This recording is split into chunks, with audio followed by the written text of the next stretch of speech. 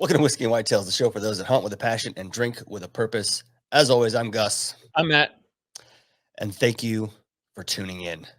Thank you to the Waypoint Network for having us. Thank you to the listeners for all your support, commenting, subscribing. Thank you for following along and being a part of the community. And speaking of community, last but not least, thank you to our Patreon for all their support. Yeah, 100%. And we usually skip over this, but I wanted to say a little bit about it. Like, the Patreon part is very important for us at Whiskey and Whitetails because, one, it helps us gauge the content that we're doing. We have a Discord page that we get into, and we start talking about some of this stuff, and it kind of drives stuff. So we got new hats coming out. We ran it all by Patreon just to see what everybody thought. So the Patreon part is important. If you wanted to join, you can go to whiskeyandwhitetails.com. Or I'm sorry, you're not going to go there. You're going to go to patreon.com/Whiskey and Whitetails. You can join for free. You don't get access to the Discord until you get a paid tier. But once you get a paid tier, you're in. So we brought in a real life expert, someone that has done presidential details, somebody that has done all of the stuff that we all are wondering, like, did they do it correctly? Right. What do you think about the gunshot? What do you think about where things landed? We get about an hour in before we start to get into the conspiracy theories that we have. And again, none of this is us trying to incite violence. None of this is us trying to upset anyone. We're just talking to experts in the field and coming with our knowledge as well to the table and discussing what happened. The events that took place and continuing to update our own opinions and thoughts as the information continues to unfold and be made available to the public. Right. And so if you listen to last week's episode, link here, you might want to listen to that one first because we had a little bit different opinion than what we were walking into today. So yeah. I think you're going to enjoy this episode. I can't believe it. I mean, we're right now looking at an hour and 57 minutes. We've been talking. I cannot believe it's been almost 2 hours. Yeah, flew by. So we hope you guys enjoy. You have anything else to say to prime them? I don't want to give anything away. No, I don't want to give anything away. Just we actually, Matt and I actually don't talk a whole lot in this podcast, with the exception of offering a little insight and a few questions. Our guest speaks from a lot of experience and a lot of different environments, and he has a lot of really, really interesting insights to share. So I think you'll want to listen. Yep, I agree. So enjoy the podcast. Thanks for the support. Love you. Bye. And we're live. There we go. All right, we're recording. We might as well. I was gonna do this whole thing like blur your face and not say your name, so it made you seem like you were like super operator dude. But I don't know how much you want to tell people, but I'll let you introduce yourself. Yeah, no sweat, man. My name is, I go by Jaxx. Kind of a call sign, but anyway, that's what I go by. On Instagram, Jaxx1671. I was in the Army. All the times in combat arms, went through a few schools over there, left that, went into law enforcement, was in law enforcement for a little while, did some special enforcement stuff, a little bit of SWAT stuff. I left there, went to work for the government as a contractor, operational as a contractor for a little while, left that and became an instructor for them, teaching executive protection or diplomatic security, however you want to look at it, but diplomatic security in a high threat environment, meaning that we were running missions in the Middle East. I've protected anyone from the president of the United States, the ambassador, all the way down to basic people that just needed a ride, pretty much just to the airport. So various levels of that. I served as a DDM, which is a designated defensive marksman for the State Department. In other words, that's one of their snipers. It's just a politically correct term. I taught that class, just pretty much everything in the executive diplomatic security realm involved in it for almost 20 years now. So healthy understanding of long range shooting, healthy understanding of counter sniper, healthy understanding of basic to high level security operations, basically like what Trump would be going through. And then your most important job ever, where you were part of the Whiskey and Whitetail sniper team as well. I was part of the Whiskey and Whitetail sniper team, where we brought in like a strong, I think 11th place finish or something like that. I mean, in reality, thankfully my partner, active duty U.S. Army Green Beret sniper, phenomenal shooter. I won't say his name, but phenomenal guy. And he's still operational, so I don't know if you want to say his name or not, but going against some of the best people out there. It's like top competitive shooters, Army marksmanship teams, all that stuff, guys that do it for a living. So the fact that we were even in the top 15 out of that many people is like My insane. requirement was half, and you guys beat half. So I was impressed. Yeah, and I mean, and I had just came off of shoulder surgery and hadn't even trained, hadn't shot, hadn't done anything for almost a whole year. So like that again, I was impressed with our performance overall. Yeah, That we was were great. nothing but happy, and everybody knows who that is. We talk about old Lamardicus quite often. So Cool. yeah, he's my stepbrother. So I'm like, he'll be all right. I think he works in Southcom now, so I don't know. There's too much to worry about. Actually, he's a trainer now, isn't he? I don't know. Yeah, he's on the training side. I want to say over on the sniper side too. So I believe he is. Yeah. Yeah. So again, an extreme wealth of knowledge. Mm-hmm. So if you can't tell, you know where this conversation's going. So we had talked on our last episode, and we record this. It wasn't even 24 hours from the shooting, and we kind of just like theorized. There wasn't a lot of information out there, and I said I think it was just purely they screwed up. I didn't really see a lot of conspiracy, and there was already some that were out. I just wasn't buying them, and I called you because you did a little thing on Instagram. I hate it when people say that. You did a little thing on it. You did a speech on Instagram. And I saw it and I sent it to a few people and I decided to call you. And we talked for I didn't realize, but we talked almost an hour and a half. Yeah. Wow. That was a long time. It was a really good conversation. It was. And on there, I was like, we got to give this some time, let some stuff air out. So my opinion has changed. I don't know. Has your opinion? I don't want to get into the opinion yet, but. My opinion has evolved with the information, but yeah. I still stand on the principles that there was I think well we can get all into this, but I think it was a perfect storm of poor leadership, neglect, ignorance, just a number of on all parts, everything from senior leadership all the way down to folks on the ground and law enforcement. There were a lot of mistakes made that I think were just a result of complacency and people just not being willing to make a decision and stand by their decision, So I thought so too, until probably yesterday or 2 days ago. And now I'm starting to see there's just too many things that are just a little weird. And now the new rabbit hole is the second sniper on the tower theory, hitting the hydraulic line on the truck, and the angle of attack and approach of where the sniper was, the one that we know about. See, I hadn't even heard this yet. I hadn't even heard this. I try to stay away from the news, and I just look at the things that are factual, and then start going into that. But I'll talk about the water tower for sure. So there was, I want to get into that. So anyway, I had texted you this morning. I said, "Are you available? We were gonna record today," and you said yes. And just so you know, my opinion has changed. So I wanted to kind of go through the beginning, not where you're at now, but kind of what we thought in the beginning and your discussion about the diamond and how, protecting the principal. For those who don't know, principal is basically the person you're protecting. It's not the principal of your school, but kind of talk through some of that lingo that Yeah, absolutely. So basically a protection team would be made up of, for the most part, we'll just break it down and keep it real simple. That way we don't get too drawn out in this. You got two teams. You have an advanced team, which does exactly what that sounds like. They go there in advance of the primary party, and you have the executive protection or the protection team. The protection team comes there with the principal. Inside of that is both security teams, and they both understand how to do that. Just one is designed to facilitate, to gather information to pass to the team, or to arrive ahead of the team and secure the site. Again, a job that I did both. I did the technical site surveys where we'd go through, we take the pictures, provide a whole packet, send that to the team, or anybody for that matter. They could go there and say, hey, this is the road that we're going to go in on. These are the access points that we can get on. This is the point of contact that we can meet with. Here is his phone number. Here is a picture of what he looks like, right? A complete detailed packet. So I can hand you this packet, then you can arrive there, and then you can facilitate all of these things.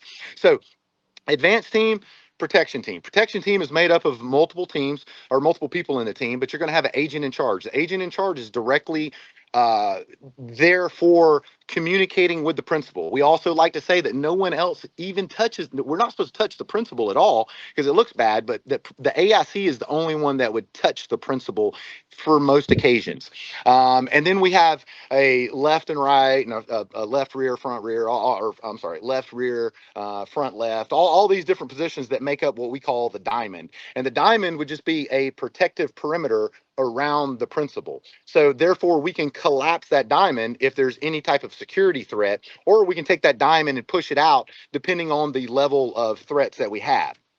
So and that's why you'll see people with the guy behind them, guy in front of them, two guys to the side, like they're just all kind of in this diamond shape, but it's a little blown out. Yeah, and the diamond, it could be, we could do, I've done 1-man protection details, I've done 2-man protection details, I've done 6-man protection details, and then all the way up to, like I said, where I've protected the president, which that was like, it was like a circus, like, I mean, just hundreds and hundreds of people. So it breaks it all the way down to that. But we're always going to have an AIC. We're always going to have probably an advance for somebody like that, an advanced team. But the end goal is to be able to provide 360 degrees of security. Does that answer everything that you're looking for? Yes. Okay, cool. And then once that happens and the plane is in motion and the person is talking, and we'll go with this instance since the person was talking. So they're talking and everybody's just on high alert, vigilance, communication, and they're just kind of waiting for what? Like what, for the agent in charge to say something, or waiting for something to happen, or? Yeah, absolutely. Right. So the agent in charge is talking this whole time. So literally as the vehicle pulls up, and you'll see, like, how do you think everybody gets out? Like, if you've ever watched, say, In the Line of Fire with Clint Eastwood a long time ago, a U.S. Secret Service movie, any of the Secret Service movies, any of these protection details, you usually see a motorcade package, 2, 5 vehicles, whatever it is. They pull up, they stage in lines, and then all of a sudden you'll see everyone exit the vehicle and then move around what we call the limo. That's where the principal would be. So as we pull up, that AIC is going to say full stop. All the vehicles come to a stop at the same time. That way we're in a controlled pattern, right? So we know that. So when he says full stop, everybody stops. He's going to say deploy, deploy, deploy. Says it 3 times. At that time, you'll have 2 people from the front vehicle exit and come around to the front of the limo. 2 people from the backside exit, come around to the limo. The shift lead will step out. He will take an overview of everything that's going on.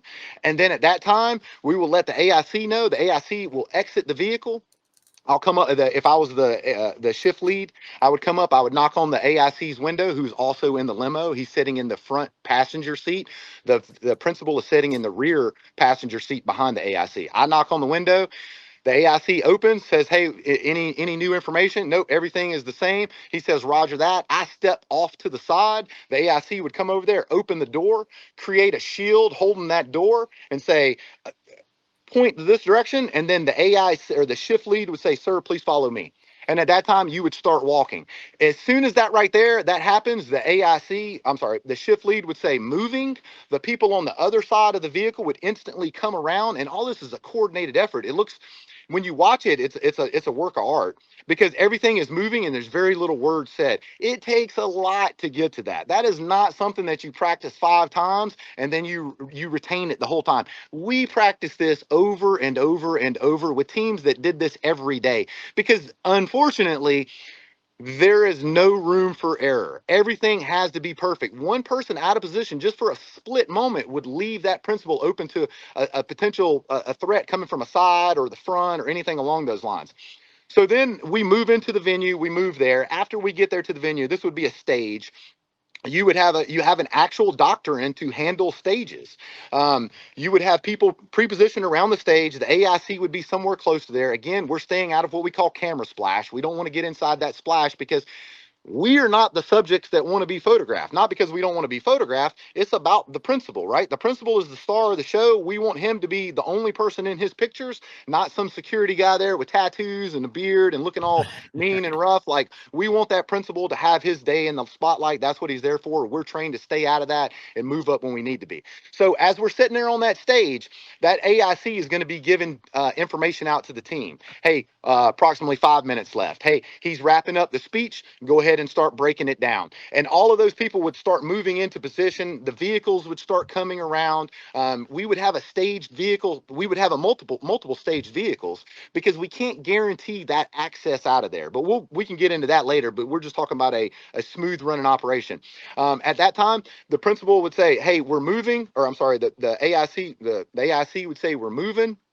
The shift lead would call that all together. Everyone would form up around those stairs. That diamond would pick back up. We would walk him right back to the vehicle. We'd put him in the vehicle. And then the shift lead would say, recover, recover, recover.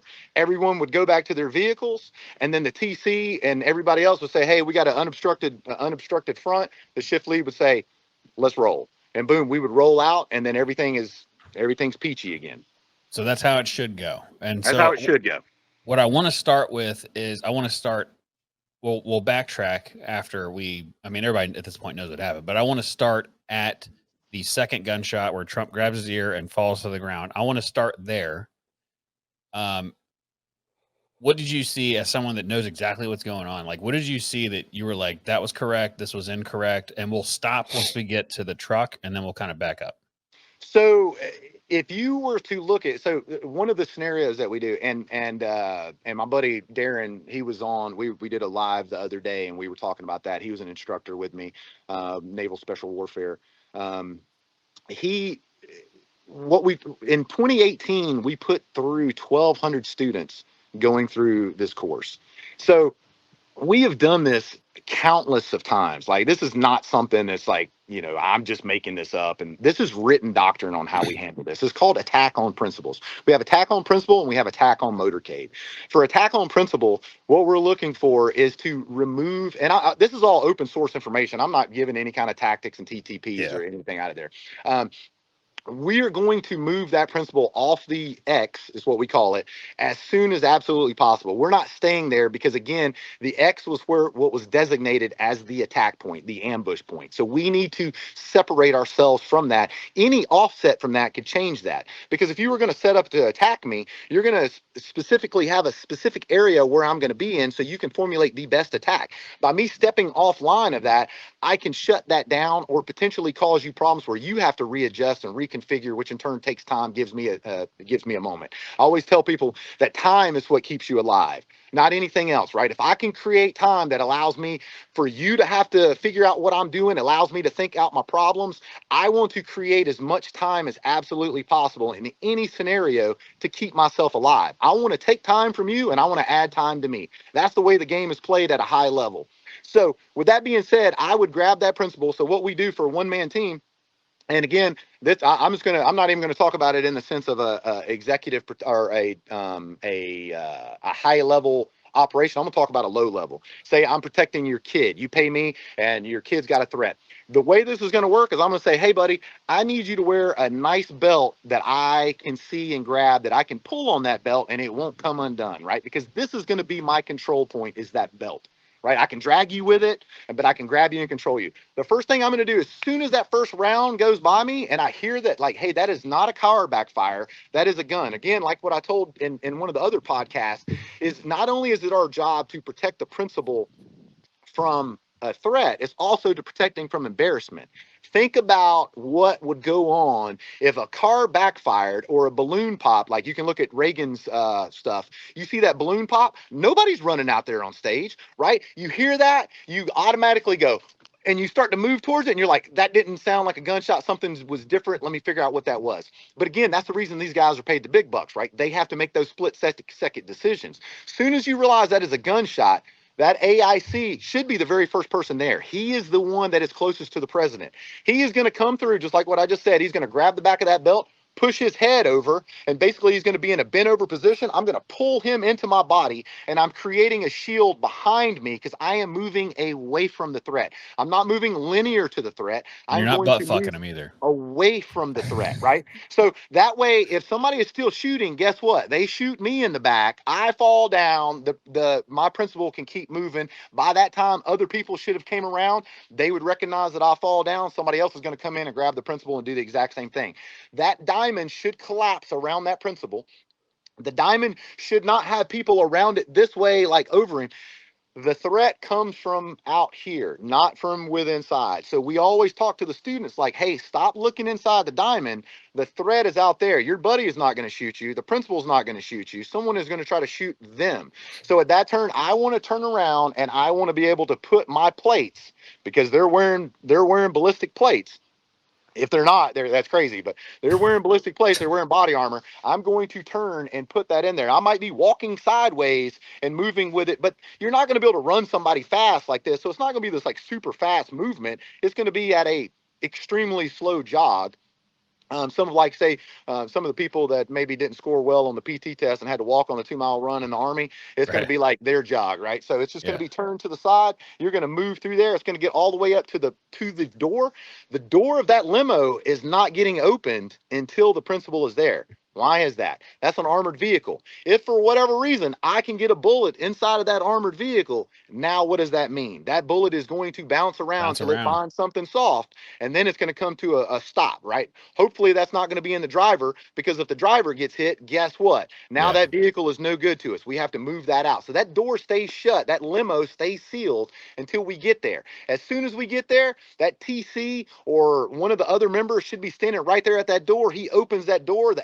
That team of diamond peels to the side right there at the doors, creating a wall to the left and right. The AIC rides the principal all the way in, jumps in on top of him.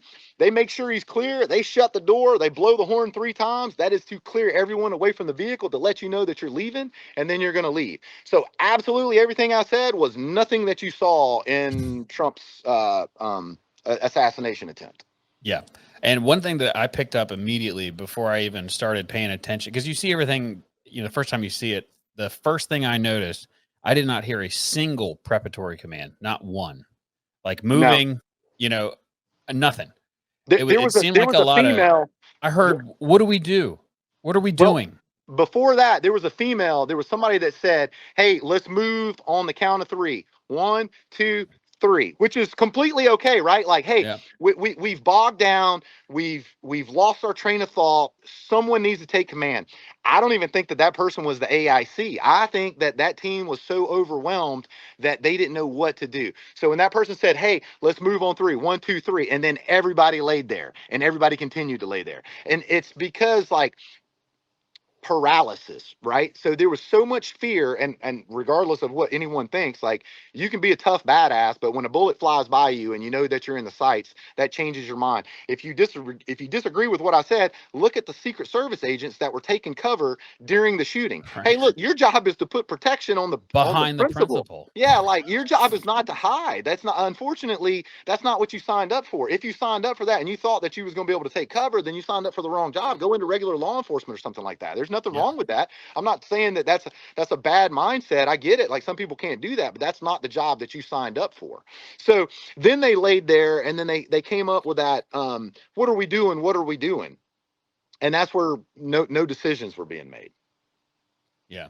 And the reason I wanted to specifically have you on is because you work in the field, and I know if it were me and I was to watch that and it was my field that I'm a professional in, I would be kind of embarrassed, because it makes everybody look insane, because it's such an honorable position to be in, because you are willing to take a bullet. You are literally a bullet sponge. Like, that is your job. And for you to see your colleagues up there cowering and hiding, that had to be just gut wrenching. Yeah. And talking about like the whole, the DEI thing. And I'm not saying that anybody on that team, male, female, it makes no difference. But what happens is when we start introducing DEI and we lower the standards for people, because I would be willing to bet that if you took Trump's team and you went back to 1980 and said, hey, you guys are going to go through the Secret Service pipeline, I think that we would have a different outcome of those people. Those people would probably not be on a protection detail today, right? So DEI lowers the standard for everyone, not just the people that are trying to get into it, but the other people. Because if I look over there and this person's not able to complete the task that I am trying to complete, and they get 6 opportunities, guess what? Now you got to afford me 6 opportunities, as opposed to just creating a standard and holding people to that standard.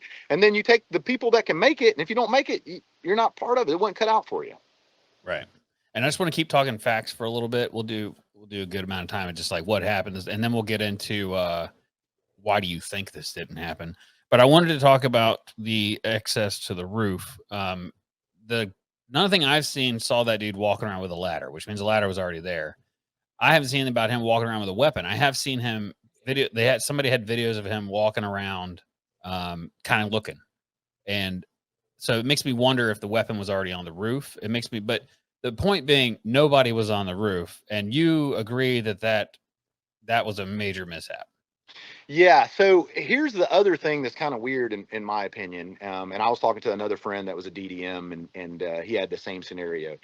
The Secret Service, I give you a prime example. I was in the Army and I got tasked out to do a cordon for a president. And when we went there, we had our firearms, but I still had to go through a metal detector. Why I went through a metal detector, I don't know. That made zero sense. But I had to walk through a metal detector with my gun. It obviously beeped, and we kept going. Right? Again, just weird protocols that someone says, "Hey, everybody's got to go through the metal detector." Okay, so anyway, I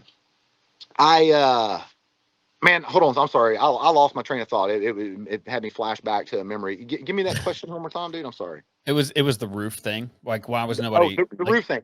So the Secret Service is not going to put a sniper on that rooftop right? that's not vetted by them, right? They're Right. not going to take Jack Oliver that works for, Monroe Sheriff's Office and say, "Hey, buddy, man, we appreciate your help. Hop up here on this rooftop. If you see anything, take it out." That's not going to happen, right? Because you don't know who I am. You don't know if, like, how am I compromised? And it Green does. versus blue. Yeah, you never know, right? You're gonna put me up there. You're gonna put a trained person up there with an optic that is allowed to look through a rifle and then be able to take a shot. That's not gonna happen. Right. There's gonna be a Secret Service agent there with it. However, out of that, again, back to the facts. There's no way I'm allowing that rooftop to not have eyes on it. Like that's it. It's impossible. There's no way.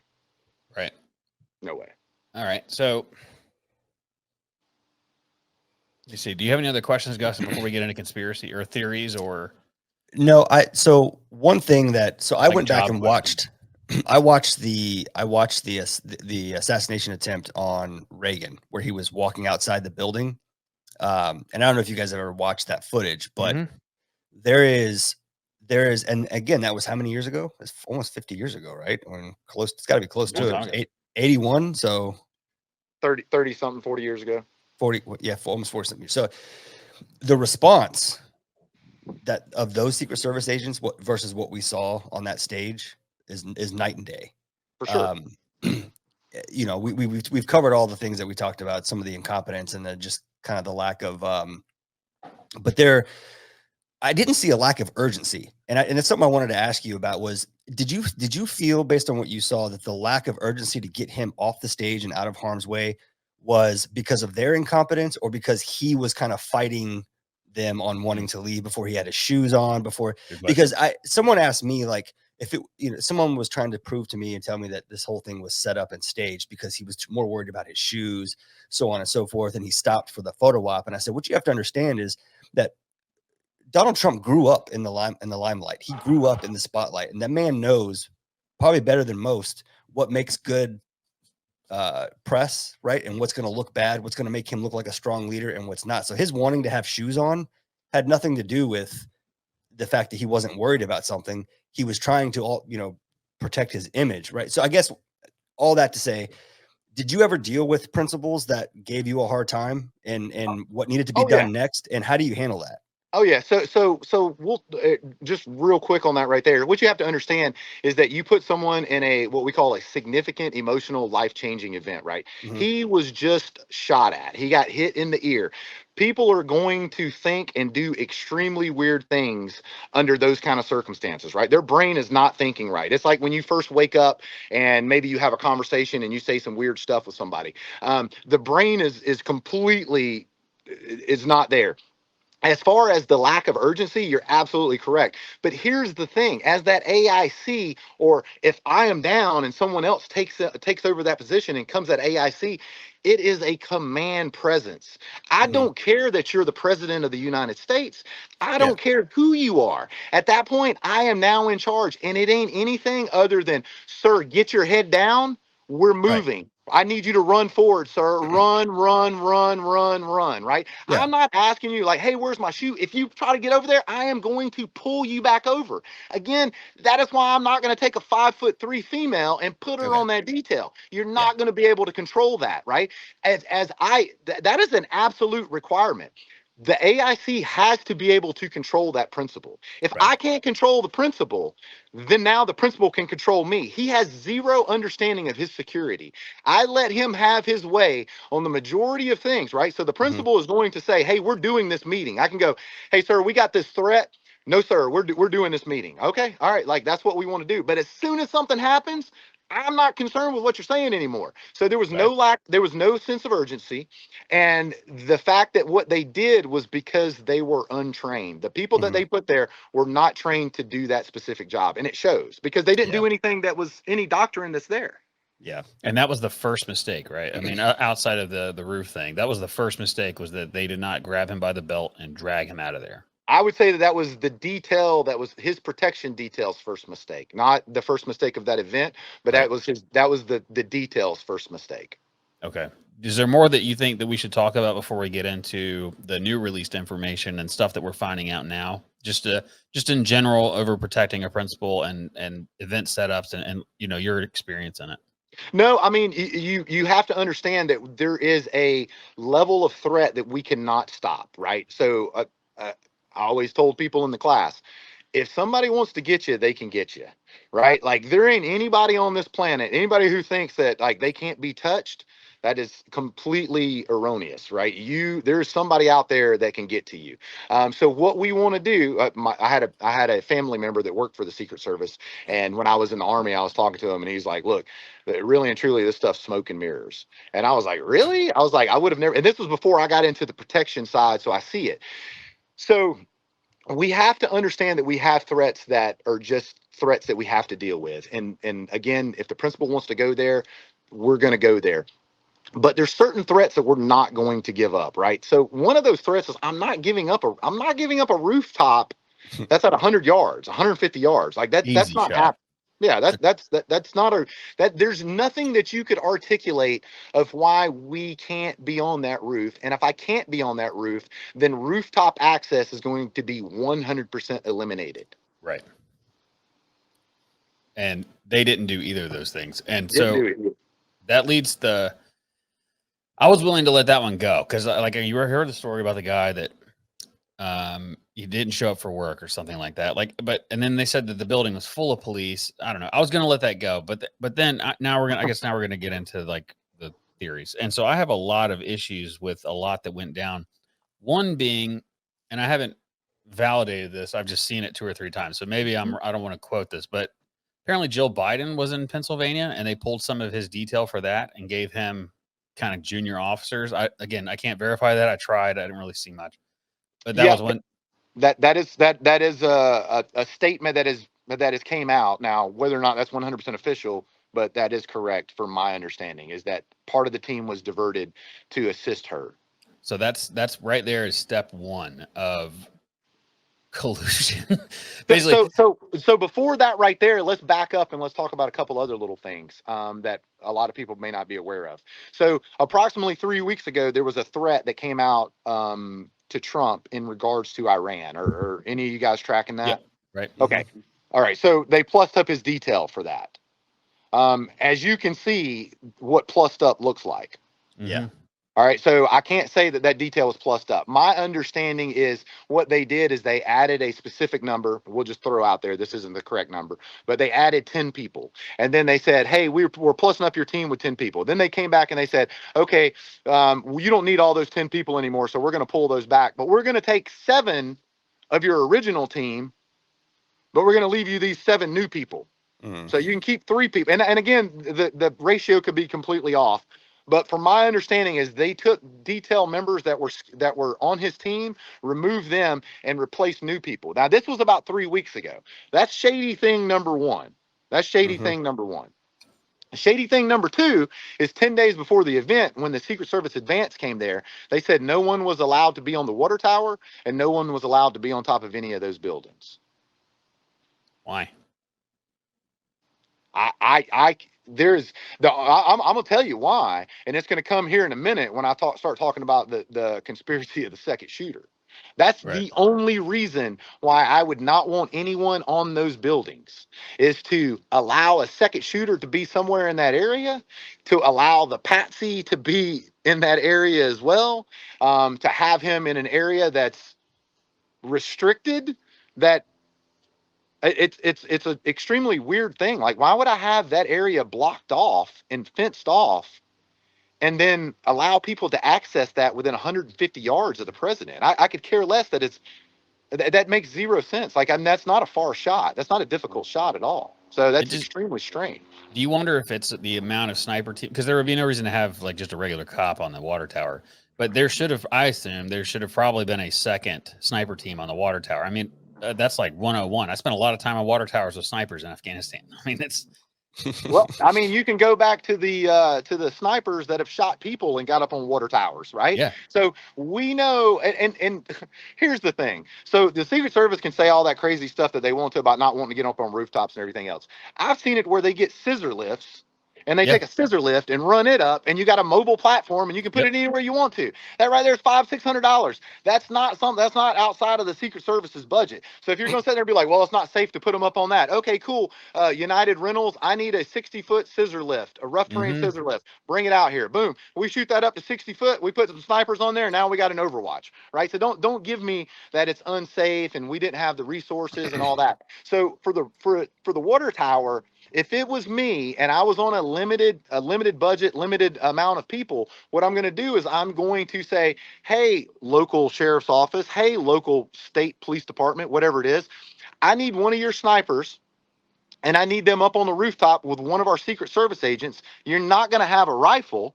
I need you to be an observer. Now, guess what we just did? I put a trained observer, because that's what a sniper is. A sniper is a trained observer. Most of the time, snipers aren't taking shots. They're reporting back information. They're giving the bigger picture to someone else to let them know what's going on. So I can take a trained observer, put them on that water tower with a Secret Service agent. I've only taken one person out of my detail that now like a force multiplier of unmatched proportion at that event. Yeah. Right. If the lead for that detail is the head coach, then and a lot of times the sniper is playing that offensive coordinator role. They're looking at the whole picture and coordinating and for relaying information and data back that maybe the principal or the lead doesn't see just because of his perspective, right? Absolutely, right. So when I would sit on the rooftop as a sniper, I would be giving out, hey, the motorcade is approaching the gate. Go ahead and get ready to open that gate up. Hey, we got an ambulance there. We need to let them in. Hey, there's some kind of disturbance going on over here. We need to have someone go over there and check and see what's going on. There's a multitude of things, but yeah. So I'm not super well versed on this. I'm going to read the news article, but this was another thing I found interesting before the event. And I don't know if you've heard about this, but I'll just read the title. So Austin Private Wealth, a financial services company, reported shorted 15 million shares of Donald Trump stock via a put option on July 12th. And so, like, for those that don't know, a put option is basically a contract that gives the buyer the right to sell a security. Usually it's so like at a predetermined price, and they call that the strike price. And so you can do that before the contract expires. So either the buyer can either exercise the contract or let it expire. So it's ironic that BlackRock and Vanguard are the two biggest shareholders in this Austin Private Wealth Company. And it's just like, that's twice now that we're seeing BlackRock being involved. But it's very interesting to me. They shorted his stock. How much? How many stocks? 15 million. Yeah. We're not talking about a coincidence. Thinking that if he died, his stock might crash. It's his personal stock, not something else. But if he died, his stock would crash.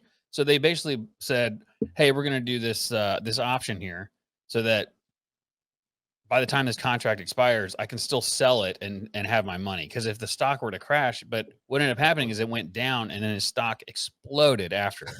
I mean, went through the roof. Yeah. So and they made money. Hold on, you're cutting out. Yeah, I'll give you a little bit of insight on that. So I called up a friend of mine who, how about now? Good? You got me? It's getting there. Check. It's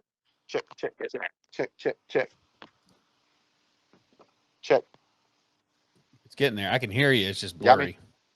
Yeah. Nope, now you're back. You're good. Okay. There we go. Okay. All right. So I called up one of my friends who was a investment broker. And I said, hey, I understand that this stock was shorted. but can you explain to me what that means? And does anything in here look weird? And he goes, well, it's funny that you say that because I looked at this a few days ago and was wondering about that, right? So here's the thing. This is my belief, and this is part of the conspiracy as well, just like what you just brought up. That's normal for someone to do. That's not insane. However, what I would say is if you were to, let's take a poll across the United States and let's ask people, is Donald Trump, before the event now, this is before the assassination, is Donald Trump on his way up or on his way down? True. We don't know. Well, I would guess on his way up now. Well, no, but I'm talking about just like in the sense of like the polls, right? So if we go back 8 months ago and we compare him next to Joe Biden, is he doing better on July 1st than he was on January 1st? Yeah, 100%. Okay, right. So we know he's going up. So for me to bet against him to go down, what would be the change, right? I would have to have some type of information or potentially like something like a black swan event. I feel this is pretty close to like a black swan event. If I go in there and I bet on that and then it changes, but when that happened, the reverse happened. The stock shot through the roof, and they lost everything. I'm not gonna say they lost everything, but that trade was a horrible idea. However, if Trump had died, guess what? There's no one to continue that. That stock is going to tank, and they're going to make a killing. Right. And there's no way they were betting on that as you said, a black swan event, which meaning like that's not likely to happen. Right. Like it's not there. It would be a waste of time to put in that option unless you had some inside information.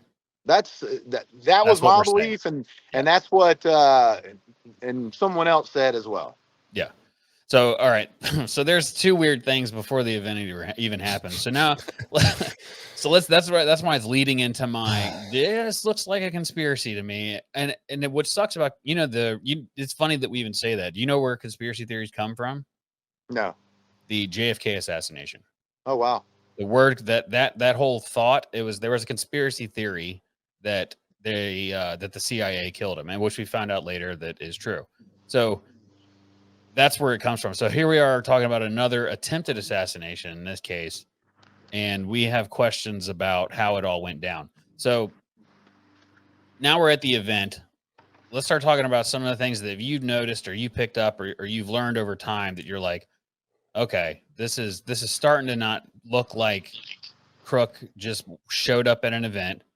I mean, we can start wherever you want. But one of my favorites is the phone they found in this room that had 20 contacts in it. You ever ran an asset before? Yeah, no, that's a little strange. It's odd. I didn't hear that. That's the first thing that would have came to mind was here's a burner with the only people you need to talk. Strange. To. They'll call you. It's strange. Yeah, 20 contacts in a phone. I find it hard pressed that you would pick up any phone and find anything less than 100 contacts in anybody's phone, 100%.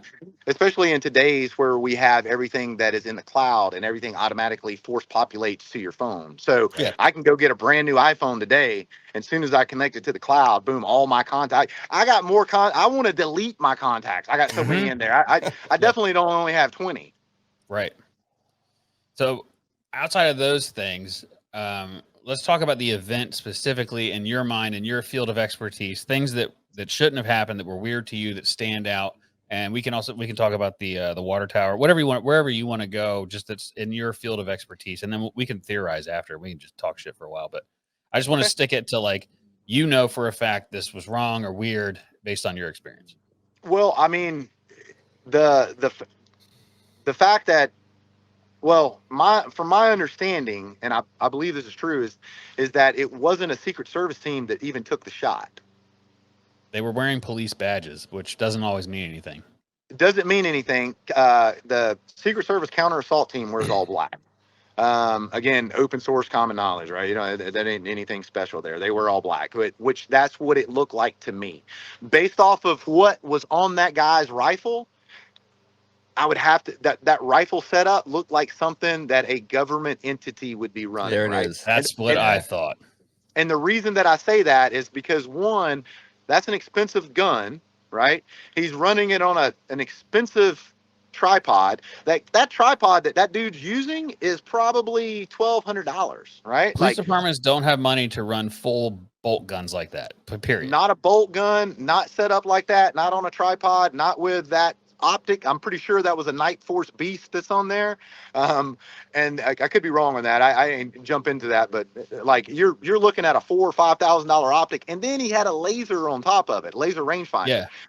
And again, like realistically, law enforcement, like if I was a sheriff and you came to me and was like, hey, we need to get a storm. If you look at like what we ran for whiskey and whitetails for the sniper competition, you know, we're running storms on top. Storms are like $10,000. Right. They're not available to anyone. Like one of those setups for those rifles, that rifle, like legitimately is probably $20,000-$30,000 setup. That whole system for one guy.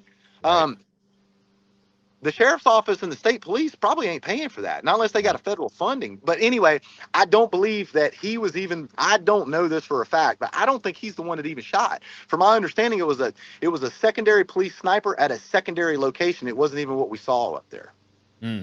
Well, and that's that would actually make sense, because when everybody said he ducked, and you and I had kind of talked about this, I didn't believe that he had ducked. Yeah. I didn't believe that he had ducked. I believe that he was trying to, I figured that he was trying to reacquire the target. I think that he was looking through his scope at the people on the ground that were pointing at the sniper on the roof. And that's what he was looking at right here in this picture. And then when the first shots came off, you saw him come off the top of the roof. I do not think that he was ducking.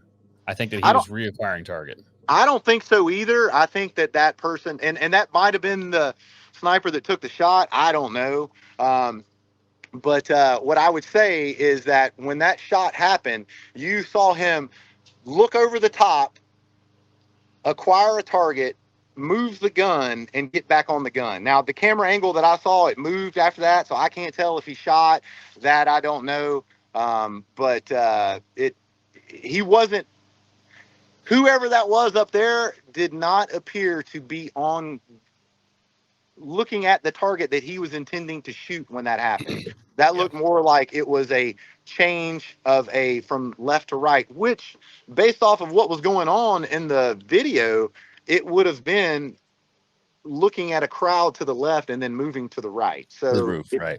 It favors what I saw in the video. Right.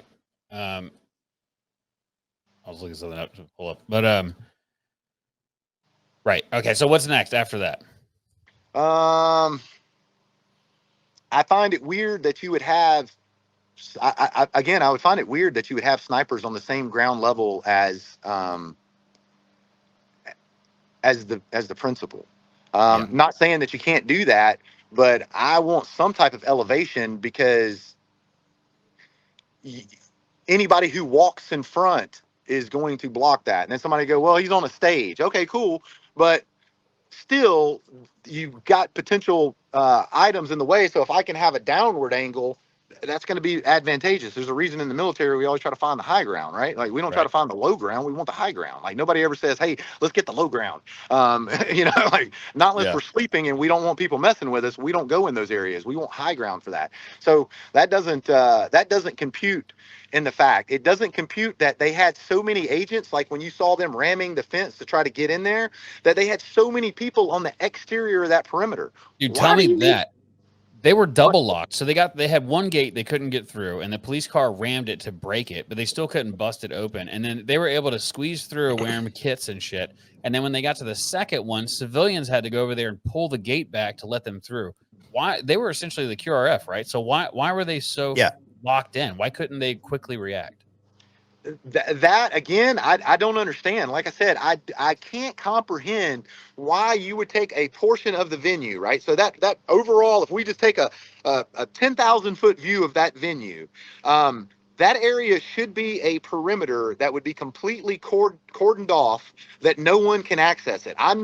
They did like a weird, almost like a Pac-Man shape, and allowed that building to be inside the perimeter with a perimeter covered around that, but allowed this one building to be inserted inside the perimeter, but you couldn't get to it, nor was it secure. Like I can't fathom a reason on any earth where you would say that that's realistic. Like, that doesn't make any sense. Like, it doesn't take a tactical genius to understand that that's horrible. And the fact that supposedly you had law enforcement officers inside there, again, is crazy. Why would you not have that building completely locked down? It's pretty simple. You could take two people and put them on opposing corners. And I can see all the way down one end, and I can see all the way down the other end. And this person can see all the way down this end and see all the way down that end. Now we got two people on a radio, and we can talk back and forth, and we can make sure that that building is secure. Yeah, two beat cops. Like, you don't even have to have trained like detail. Just like two pieces. The guys that are in trouble, guys that shot. I almost said it. Two people that are in trouble. You could have them in there and just sit there and it's like, and that would have closed the building off. But also, it's not like this place had 50 buildings on it. I mean, it was like the only building. There was what, 3 buildings on the entire property where they were at. And and let me tell you this: if you were to put one person on top of that water tower, you could see every rooftop in that venue. So one sniper, and what you said, you had more snipers inside that building. You could take one trained observer, send him up on that water tower, and he could sit there. And you could be like, well, maybe it was because it was hot and they didn't want him up there. Okay, well, what about the DDM team that was just sitting there, right? Hey, unfortunately, I've sat on rooftops in Iraq for hours on end, 8-10 hours. Like, it's just like, again, if you don't like this job, then go somewhere else. Like, it's not for you. Dude, blistered skin in Afghanistan, sitting on a water tower, very common. Yeah, for sure. So, do you want to talk about the water tower? I know you had something to say about it. Well, so what I had to say was the fact that it was off limits. I don't believe.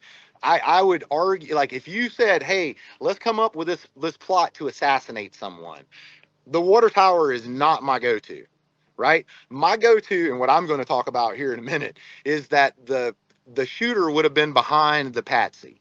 He would have been shooting to the side of him. So people know. Crook, whatever his name was. The evil person, the bad guy. The evil person. The guy that we said was able to effectively almost carry out this assassination. And think about this, right? If Iran was watching this and they wanted to assassinate Trump, and I watched this video, I would be like, yo, dude, like, we got this, man. Like, a 20-year-old kid that has no tactical experience was able to clip him in the ear. I'm pretty sure one of our trained assassins is going to be able to step back to 500 or 600 yards and be able to take this shot and be able to accomplish this mission that we need, right? Like, not difficult at all. Don't even come at me with that. But I believe that the water tower would not be a viable usage, because here's the problem. Same reason as the sniper. I don't want to be in a tree. I can't get out of the tree. If you find me, I'm stuck, man. Like, I'm up there. Like, I can't do anything. Like, a tree stand is a horrible place for a sniper. Yeah, I may have a great shot, but if you figure out where I'm at, I'm donezo. Like, I can't fall back. Water tower would be the exact same way. Now, you could argue and be like, well, he could just fast rope down and all that. But you got all those people taking videos and everything else. That's something where someone could accidentally clip a image in the background and be able to have that and come back later today. If I was going to have it, that person would be set back, same trajectory, same caliber, shooting either over the top of the patsy or to the side of the patsy. Yes. So I just did something really quickly out of curiosity. Do you know how much time elapses from the time the first shot takes place to the time the doors on his motorcade close? Oh God. If I had to guess, I would say 2 minutes and 45 seconds. It's just shy of 2 minutes. Just shy of 2 minutes. Okay. Yeah. Now, a lot of that time was spent when he was still on the ground. I think they were trying to. I'm not creating excuses, but it looks like they're working through how to get him up, standing up safely while still covering him. But I still don't. 2 minutes to get a principal from a stage to not even 100 yards into a vehicle and gone. I don't have any experience doing this kind of stuff. So we were talking about the quality of Secret Service and the level of the amount of resources that were allocated for him. When Obama was running for office the first time, I was in college, and he came to my college campus to talk. I worked for an office on campus that did live sound and stage production stuff. So anytime we had a concert or student union wanted to do a concert, or people would come to town for homecoming or whatever, like Ludacris or other big names, we would put together the stage and do all the sound and lighting and everything. Well, we had to do that for this kind of town hall that he was doing in our arena. Dude, it took us 3 days to set up a light and sound configuration that would typically take us about 8 hours, because Secret Service was there a week early and they looked at every box. They looked inside every bag. They inspected every piece of equipment. I can't tell you how many times we were interrupted to leave while they brought dogs in to sweep and then brought us back in. For days, there were sniper teams on the top of our stadium, on water towers, all over the place. And this is for an official who had not held office yet, other than his time in the Senate and his other offices, but not as a president. And so to have lived and worked through that for the course of a week and see the depth of the defense in depth layers that are implemented for a presidential candidate, let alone a previous candidate and one that is so close to an election, was the first thing that just was like odd to me. Like, granted, the experience, it was indoors, but there were more resources outside for an indoor event than I saw available for an outdoor event. Yeah, there's not. I'm telling you right now, I could take we could teach a class. You could come and you could evaluate me on a class. The class that we teach is about 6 weeks long, right? Every day, 7 days a week, 6 weeks. At the end of that class, if I was to take the students who's never done that job in real life and said, hey, watch this and pick this apart, they would be like, this is not somebody that knows what they're doing. Like, there's not anyone in a detail that could articulate that they did anything correctly. I don't know of one thing that I would say, well, this was a win. There was nothing in there that was a win. Yeah. Nothing at all. What are the odds?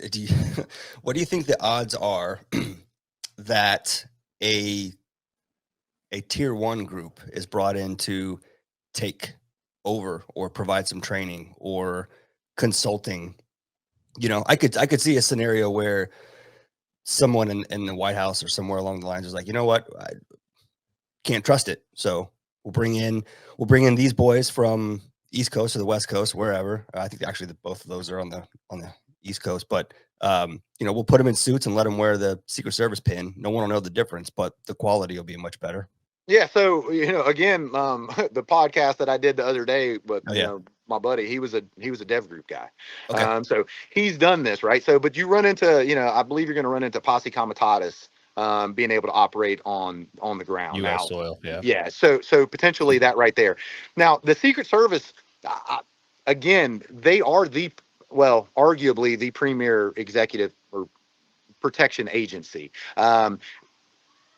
Potentially be rivaled by some tier 1 units because they have teams that do that. But you got to understand that my argument would be this, is that a tier 1 team is going to operate different in a non-permissive environment, theory or mindset, right? So in a non-permissive environment, I can say, hey, I don't want nobody within 200 yards of this venue. I don't want this to happen. You can't do these things. Trump can't do that, right? Trump's going to want it to where you can bring your phones, you can bring some water, you can come in there, you got signs, like all these things, right? So you start running into that problems. I find it very difficult that he could do that, but I can explain to you what Trump could do to be able to offset that right now if you guys want to go down that road here in a minute. Cool. I appreciate the insight. Before we do that, I want to look at something because we were talking about the location. So here's if I click on that, it's gonna anyway. So I'm just showing the map that I have pulled up is basically the same as this map. So we're looking at right here. This would be where the stage was, and this would be the building that we shot from. And because the whole time everybody's like, "Where was the water tower?" The water tower is right here. If you had somebody in that water tower, they would see the back of Crook. They would see him come up the ladder. They'd see him walk across that bridge. They'd see him lay down on this rooftop. They would have perfect view. Look at that. Sure. I've never pulled this up before, but that is insane. Yeah, that's what I'm saying. Like, so that comes back to the conspiracy side of what I was saying. And you can go back and you can watch my videos. I didn't believe there was any conspiracy whatsoever. But just like what you said, all these things are starting to unfold. For me to not have somebody on that water tower would only suggest that I want to allow someone access to a rooftop. And the fact that the water tower is like no one, if they had somebody on that water tower, there is zero chance he would have been able to come up that ladder, cross the roof, cross that little bridge, and climb up that. There's zero chance because it would have taken him probably 5-10 minutes to get there. And the way that this would have worked, to just kind of break this down for you, I'm on the water tower. I see someone crawling. I zoom in with my binoculars, right? Because I'm going to have binoculars. We're talking about maybe 200 yards. Even the worst binoculars on this planet that you go down, you bought some Tascos from Walmart. I'm going to be able to zoom in and be able to see this guy. I'm going to see that he's low crawling, and I'm going to see that he potentially has a bag or a rifle. At that time, I'm going to, hey, there's a guy inside the perimeter with a rifle. And what's going to happen is the AIC is going to walk up to the principal. If you go on there, you can watch, literally, you can watch me do the same exact thing with Kyle Rittenhouse on Fox News at Memphis University. I walk up to him and I say, hey man, we're done. We're going to walk off the stage. And he goes, okay, cool. And then we walk off the stage, and it doesn't look like anything crazy. We just leave and you go. That's exactly what would have happened. That AIC would have come up and said, hey sir, we got a threat right now. We're dealing with it. We're going to ask you to step off the stage for just one moment. And then as soon as we handle that, we're going to bring you right back up on stage and let you finish. I don't know if you can read that, but that's 400 feet. 400 feet. So we're talking water about tower to rooftop. 100 and 607 yards. Yeah. Right? So a football field, which anybody with any common eyesight can read a jersey on the other end of the football field and read a number. So therefore, I'm talking about with the naked eye. I'm not even talking about with a powered optic. So again, the only reason that I could say that you don't want to, I mean, and it's a water tower. Like, we get on water towers all the time. That's Sniper 101, dude. Dude, it's not even anything crazy. Like, you can go up a ladder, you're on a guardrail, it's not dangerous. Like, minus the water tower falling over, but like, that's not a realistic threat. So I wonder if do you remember exactly why they said they weren't allowed? So they could put a patsy on the roof.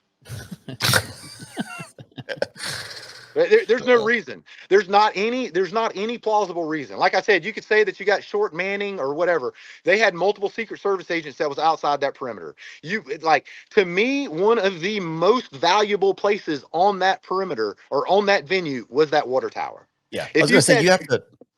If you said, hey, what is the key features? What are the key features? I would say the stage, the water tower, and those buildings that's over there to the side. Those are the three key features that I need secured. Yeah. Dude, it's so crazy. When you Google, I even did DuckDuckGo. Why was there not anyone in the water tower? Not a single one. Nothing comes up. You can't argue it. And the only thing that I could see is if it came back and was like, hey, this water tower was damaged. There was a lightning threat that day. We didn't want somebody up there due to lightning. Those would be realistic things. Like, hey, we don't have the structural integrity of this. There was some damage in a storm. It hasn't been certified to be able to climb on this ladder. All of those things. But let me ask you, if that was the case, I'm pretty sure that would be the first words out of the Secret Service's mouth. Hey, we wanted to put somebody on there. The city told us that it was unsafe. We couldn't do it, so we didn't do it. Here's the documentation. So from water tower to Trump stage was, in my the line that I'm drawing here, 765 feet. And I watched Lamar Hendrick shoot 700 feet standing with a sniper rifle and hit the target. So that's also not a far distance. There's no reason it was out of the scope.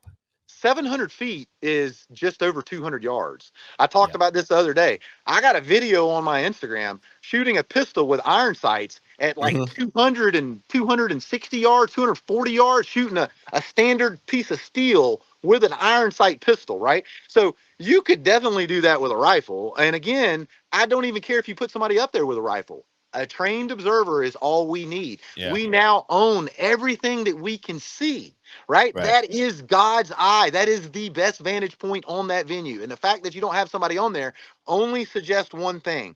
I don't want to witness. Wonder if I could. I'm trying to plop the little Google man on the ground and see if I can look. Oh. Got it. Yeah, let me see if I can. I'm a little turned around. I don't know exactly what I'm looking at. I was gonna, I don't know that I can see from this angle because it won't let me go all the way out to where the stage was. But I was gonna see if you could see from this stage, if you could see the water tower. Surely you can. These trees are not very tall. I can tell by looking at them. So that the barn that was next to it, these trees are about twice as tall as that, which means the water tower would have been way higher than that. You got to figure like most of your you're going to be somewhere between 50 and 70 foot on a tall tree. Yeah. So 50 and 70 foot, somewhere right around there. Now that very well may have had some obstruction. I'm not even taking that out of account. We're always going to have dead space, right? No different than the sniper that was up there supposedly couldn't see the shooter, again because of dead space. We're always going to have that. But that's the reason we have multiple viewpoints, right? We don't just say, hey, this is the only place is the water tower. I'm going to try to put at least 3 points that we can all look down, so that way I can see your dead space, you can see my dead space, and then we control it, pretty much everything. Yeah. All right. What else about this stinks? Let's see. Well, I mean, do you want to start getting into the conspiracy side of Yeah, I things? figure we do that now. We'll get into the conspiracy stuff. Oh, dude, look at this. Present, share screen. This is behind the building. So here's the building. This is where they did the event. Here's Oh your my water God. tower. Look at that. It's taller than Wow. the trees. Yeah. We can even So zoom in on that. So Look at that. completely unobstructed. Like I Clear. said, maybe Clear shot. maybe you would have some problems right there where those trees are, on the back side of those trees, like right up close. But again, that's not really a threat to the president. The rooftops are the threat, right? The rooftops would be my concern, not anything on the ground. Dude, For a sniper. Seeing this from the ground is nuts. The rally was in front of this building right here. It was right here in this field. That is unobstructed. You can 100% see from the corner right here where my Can you marker drive down is. the road further? Yeah, go down that road that way. Keep going. So now the building is blocking the water tower, and I think it ends at this gate. Yeah. Okay. Can't go past the further than gate. that. So the water tower is somewhere right here. You can't see it because the building's in the way. That's why I went behind the building. But from behind the building, I mean, that thing is right there. Yeah. No excuse, dude. No excuse. No. That it looks like it's like we already said, it was what, 700 feet. So Yeah, it again. That was literally, if I was on the advance team and I did advances, I did DDM advances. So that means I would go to venues and I would create a technical site survey, take pictures of like the DDM stuff. I would do a range card. That way the DDMs would already have an idea, like, hey, where can I see and do all this stuff. The very first thing that I would have went there, I would have looked at that water tower and said, we need somebody on that water tower. 100%. And if you said, we can't put nobody on that water tower, I'd say, why can't we put them on that water tower? dude, That would be my next thing. Like, why? Like, what's Now- the reason why? now that I'm like living it through my head. So we're back on the road again. This is the road in. As I'm driving down this road, you would have already seen. Let's see how far out you have to go before you can't see the water tower. Plain as day. It's probably halfway around that town. It's Pennsylvania. They're it's We'll pretty go all the flat way to where the they're main at. road. Can you see the water tower? Look at that, dude. As soon as you turned right on Brady Paul Lane, as soon as you make that right, you would have seen it before even then. You would have seen it turning left, or you would have seen it turning right. We got to have somebody on that water tower. And This you- and actually you're- gives you a good vantage point. You can tell clearly that it's taller than the trees. Yeah, for sure. What were you saying, Gus? Yeah, I was going to ask if that road would be used by Secret Service, because it seems like a very small kind of one-way road. That's I the would way they assume- left. They came out. Is that the way they came out that way? So when anytime that we're planning routes, we have a primary, secondary, and tertiary, right? Tertiary, right. First, Second, and third. So we have a green route, a yellow route, and a red route. And the green route may be able to take a portion of the red route. So we could be like, hey, we're going to take green route to Smith Street, and on Smith Street, we're going to switch to red route, and we're going to take red route down to James Street, and we're going to jump back over on a green route. Okay. Right. We're going to have that same thing when we leave too. Primary, secondary, tertiary. Now, we may not have a tertiary. There may only be 2 entrances to that. The second entrance might be like, hey, this gate is blocked, but lead vehicle, you're going to ram it, and then we're going to go out it. It's still going to be an option. Like, we're still going to say, this is part of the plan. If the wheels fall off, we're driving through this gate. Yeah. Right. Okay. So where's our first conspiracy theory land us? All right. So let's talk about, let me ask you this. What were you just using to get your ranges? Just the right click in Google Maps. Okay. So did you need a laser rangefinder to get those ranges? I didn't even have to go there. I knew Okay, I could all right. I could take that shot with iron sights. I know that just from looking at what we just looked at. Okay, right, there we go. So, right, so let's talk about that for 1 second. The Secret Service, the sniper team that was supposedly inside of the building that he was on, took a picture of him using a rangefinder. Mm. All right. So That should have already been done. well, if I see somebody with a rangefinder, at a minimum, to me, you only got two options. Either one, you put a tail on them and you follow them to see if they're talking to anyone else, if he's ranging for a sniper that's somewhere else, or you stop and identify him and then remove him from the event. Oh, they found Crook with a rangefinder? Yeah. Oh, I did not know that. Yeah, Well, dude had a yeah. rangefinder. When was Dude had that? a rangefinder. And you know what? Right before? Right before. Right He before. literally locked eyes, supposedly. Now, this is all supposed, right? But locked eyes with one of the Secret Service snipers through the rangefinder. So they were looking at each other, right? Damn. So, and here's the thing: if I'm a sniper and I see you using something that's in that shape, I'm like, that's a rangefinder. Yeah. Why does Yep. he need a rangefinder? Go find out who that dude is right now. Stop him. I don't care. Like, tackle that dude, right? Or hey, we need to put a surveillance team on him. We got something going on. We want to see what's going on. We're concerned with that. The principal ain't here yet. Let's see if we got a secondary shooter. Let's hold the principal off. Let's push him back and say, hey, Mr. President, we need to add 10 minutes to this, 15 minutes, whatever it is. We got a little things we're working out, right? The principal won't even know. We're not going to tell him that that something like that's going on. We don't want the principal amped up. That stuff stays inside the team. So Dude. So you got a guy that's got a rangefinder, but here's my problem with that.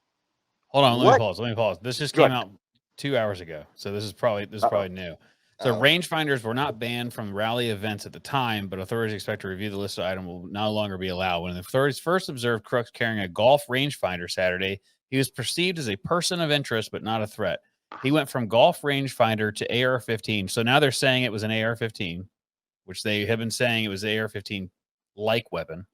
So anyway, it went from a golf rangefinder to AR-15, and now we have to fill in that gap. Okay, well, I can fill it in for you. He's walking around with a rangefinder, and then he went and got his gun and climbed on a roof and shot at the president. Okay, so here's where the conspiracy theory in my eyes, if you're trained, then you can kind of cipher through this. Now, I talked to one of my other buddies. Again, he does a lot of the dude's extremely smart on the side of human patterns, right? So we know as a person, we can pretty much put you in a block. There's a reason they do psychological evaluations on people, because they know how you're going to perform under certain circumstances. So he said, hey man, if you look hard enough for a puzzle piece, you're going to be able to take a puzzle piece and make it fit in there, even though it doesn't fit, right? You're looking at all of the things, you're looking from a trained person, and you're taking these things and you're making them fit, which I completely agree with that. And I said, hey, I get what you're saying, right? So, but what I'm going to do is I'm going to just back this out, and I'm going to leave this for you to understand. If I take someone that's 20 years old and I give them a rangefinder, why would I do that? That's so they can get data at a specific location, so I can have point of aim, point of impact, right? I know that this is at 150 yards. My rifle is zeroed at 100. I know that I'm going to be dropping a little bit, so maybe I need to be a little bit high. Whatever that is, I can make adjustments on there if I know an exact range. But let's take that and let's twist that. If I wanted you to look like a competent shooter, I would give you a rangefinder. If I was going to go there and do that, I would not use a rangefinder. Why? Because if I am a trained person, I know that if I pull out a rangefinder, I'm instantly a person of interest. I'm going to pull out my phone, just like what you just did, and I'm going to get all my ranges on a phone. There's no reason for me to use a rangefinder, right? So now you're taking somebody who is, so we can say you got to take a level of either untrained or highly trained. Using a rangefinder, I would say, is highly trained. Using it in that open environment, not highly trained, right? So I could take that. I could say, hey, man, I'm going to train you up. I'm going to teach you how to do this. You need to use a rangefinder. I'm going to put you through a course. You're going to use a rangefinder. You're not going to understand that there's ulterior. And they never taught him to not look suspicious. They never taught him that. He missed that day of school. He was not given that lecture. That PowerPoint was skipped clean over. Hey, we're not going to show you how to not look. We're going to show you how to look stupid. And that way we can come back and evaluate all these things and it'll just jump out, right? So, dude, that's really a good way to look at it. That if you think about that, we need to be able to pin this on him for sure and make him look dumb. If he's super trained, they're going to be like, hey, this guy was trained by somebody who trained him, because we already know he's kicked off the marksman team in high school. So we know he's not good at it.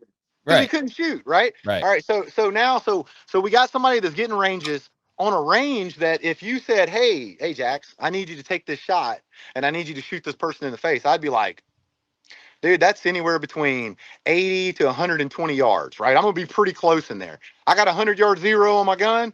I don't need a rangefinder for that, right? I'm not concerned with that. But if I got to guarantee a hit, so here's what I'm going to say. If that rifle comes back and it's got a red dot on it, there was a second shooter, without a doubt. 100%. Couldn't be, because you have no reason to even use a rangefinder. Do you think that's why they're not releasing the rifle information, because it would prove there was a second shooter to the people in the community? I don't know. I don't know. I don't know what the holdup is, but if it comes back and it's got a red dot on there, there ain't no way, dude. Even if it's got a red dot with a magnifier, I'm going to argue and say that there's no way. There's no reason you need a rangefinder at that point. No. So a rangefinder's moot. That's only for you to show that, to make it look like that. All right. So now let's step away from that side of things and let's talk about the rifle for 1 second, right? We don't know anything about the rifle, but you guys are both hunters, so you'll understand this in the military as well. When we take a rifle, if I gave you a rifle and I said, hey, let's go on a hunting trip, what would you ask me? Where are we going hunting? What are we shooting and how far away is it? Yeah. Okay. We're shooting deer and it's going to be at 100 yards. Here's your rifle. Yeah, I'm not super concerned. I'd probably bring God's round, brother. 308 all day. Yeah. I'm going to need, here's my thing. I'm going to need to know, hey, man, is this rifle zeroed? Yeah. Right. Oh, yeah. When's the last time you zeroed this rifle? Yeah. Oh, I'm using your rifle. Yeah. Those are going to be the yeah. I'm just handing you a rifle. I'm handing you a rifle. Is it zeroed? Where'd you zero it at? You know, all that. Yeah. Yeah, right. So Have you taken the scope off? This is the last time I touched it. You touched, has anything changed? You have to move it. Did you ship it? Did it get dropped during Absolutely, right. So you have to assume that rifle was a zeroed rifle. Right. Okay, because the fact that he hit Trump in the ear means that it was a zeroed rifle. Doesn't mean that he zeroed it, but it means it was a zeroed rifle. So now, and we can go into the fact that if you zero a rifle and I shoot it, there's going to be a deviation in there more than likely, because my eye perceives it. Yep. My eye perceives it differently. So this was his dad's rifle. So therefore, potentially we could have an error in there. But now let's talk about the zeros. Here's where the conspiracy gets good, in my opinion. You were in the military. What are some zeros that we use? We do I don't remember the feet. We do like 30 feet, which is 100 yards or something. I don't remember exactly how they do it, but you do it like shorter range, and that gives you 100 yards. So a 25-yard zero. Yeah, there you go. A 25-yard zero would give us point of aim, point of impact, pretty much at 25 yards and at 250 yards, if I believe. So basically, you have a bullet that's traveling up and then falling back down at around the 300-yard mark. So you got about a 4-inch high impact at 150 yards. Right. All right. So you got a 4-inch high impact on that. So the other one that we would potentially use would be a 50-yard zero. That would be a 1-inch high impact at 150 yards. Then we have a 100-yard zero. That would be about 1 inch low at 150 yards. And just to explain to people that aren't familiar. So when you fire a weapon, the bullet comes out kind of in an upward angle, and it floats in this kind of weird pattern, and then it slowly settles into a different angle. So depending on how far you're shooting, the bullet does not fly in a straight line. So you're gonna have to zero it, know where you're zeroed at, to know that at 100 yards I can hit at 100 yards. So if it's shorter than 100 yards, you have to aim differently. If it's further than 100 yards, you got to hold a little high. And so this little sniper joke, little high, little left. Here's the way I explain it to people. The bullet is not a laser beam. It moves on a curve. Right. The bullet can only be right on that plane at a maximum of 2 times. It can pass it on the way up and it can pass it on the way down. Or it can come to that level and then drop back down. But it can't do any more than 2. So therefore, at a 25-yard zero, we have a point of aim, point of impact at 25. The bullet is continuing up. It falls back down and hits at the 250. So with all of these zeros, what we're looking for is a point of aim and a point of impact across that parabolic curve. So therefore, we can maximize our accuracy. 25-yard zero is going to be 4 inches high. 50-yard zero is 1 inch high. 100-yard zero is 1 inch low. The one that I use is a max point blank range, and that's based off the speed of the bullet, and that's going to fall between 36 and 38 yards, and that's going to give me a 4 inch high, 4 inch low from 0 out to 277 yards, right? So again, I have a high and a low in there. So now here's where the conspiracy gets in there. If we take a look and we look at Trump's ear where he was hit, what would we agree that that is in relation to? Yeah. His nose. Square in the Yeah, middle center of of the his fucking head. Square in the middle of his head. So boom, right there out of the gate, we got to go. Elevation was correct. It was Mhm. zeroed at that distance. It was zeroed for that distance. Or you could argue that he got lucky and he pulled the trigger and he was holding center mass and maybe it hit high left, right? Whatever you want to say, you can argue that. But I'm going to say that that elevation was 100% correct, because if I'm Correct. shooting at someone that I feel is a very valuable target, I'm going to have to assume that that person is wearing body armor. So Yeah. therefore, I It's now headshot only. assume I got to go for high torso shots or face or head, right? High torso or face. That's the only options, right? Potentially in the arm, underneath the arm, but not what we're talking about. We're talking about a 5.56 caliber. So high torso or in the face. So we know our elevation is correct. And then that video that just came out and it shows. Are you going to come out and say 5.56? I'm going to say it's 5.56. Okay. I'm going to say it's 5.56, and it's going to come back, and what we talked about is going to come back around here in just 1 second as well. Okay. We with that elevation, or I'm sorry, with his head in that digitalized animation, whatever, animatronics, whatever it's called. When he takes and he moves his head and it shows him deflect his head, the original place would have been between the eyes, and when he moved his head, it was here. Right. And it hit him in the ear. So now we're talking about windage was correct. So now we know our elevation was correct for a kill shot. Now we know our windage was correct for a kill shot. That's not an amateur shooter. So now let's take in there, and just like what I talked about in the video that I did the other day, Trump had a wind that was blowing right at his face, right? So he had a wind blowing right at his face to the crowd. He was turned to the side facing to his right. So that means a shooter to the side has pretty much a full value wind, meaning that it is going to affect the bullet completely and is going to push the bullet to the left. So there was a kestrel on his body. Is that what you're saying? No, and I'm not even. He didn't have a kestrel. He didn't. I know. Have a kestrel. I'm just saying, yeah. That's pretty much what you're hinting at. What I'm hinting at is the second shooter had a kestrel. Yeah, 100%. So what we have here is now we have a bullet that hit him in the ear, which again was point of aim, point of impact. So that means that the elevation was correct. That means that the wind call was correct. Now, let's back that up for 1 second. If I'm going to take a shot with a 5.56 rifle at 500 yards in a 7-mile-an-hour wind that may be blowing and gusting, and I don't have the opportunity to take the shot when I want to, this is an on-command shot, right? I can't just take the shot whenever I want to, because I got to wait for the patsy to be identified. And when the patsy is identified, I can take the shot. So now let's digress and let's move back to the water tower theory while there's nobody on the buildings, right? There's nobody allowed on the buildings. If we put a patsy on the building and we have him doing weird shit, anybody recognizes weird shit. Yeah. Like if you don't the think crowd so, did. There's plenty of videos of them recognizing weird shit. Absolutely, right? So now we took and we segregated a place off. We put it inside the perimeter. We put someone on there. We put someone on there doing weird shit that people are going to say, "Hey, that ain't right." So now the timeline starts compressing down. As the secondary shooter setting off back, I know that time is coming, right? And I already understand that I have a wind that's a full value, 7 miles an hour, 5 miles an hour, whatever you want to argue, that at 500 yards on a 5.56, we're looking at somewhere right around a foot of movement if I fire in no wind and if I fire in wind, correct? Would you agree with that? I agree with you. Okay, so you agree with it. It's going to be somewhere right around a foot. The rounds that missed Trump were fired off to his right. All right. Correct. So we had one in the ear and the other two off to what the wind would have carried. Even the first guy that was hit on the grandstand before Trump, before the bullet trajectory hit Trump, there was a guy that would have been, if Trump was looking that way, would have been to the left of Trump, right of the shooter. That I'm not aware of. I'm not tracking on that. Break that down for me again real quick.